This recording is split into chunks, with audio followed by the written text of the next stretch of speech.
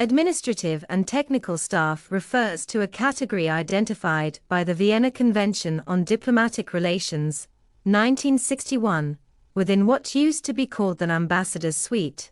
These are the members of the staff of a diplomatic mission who carry out, for example, interpreting, secretarial, clerical, financial, and communications tasks.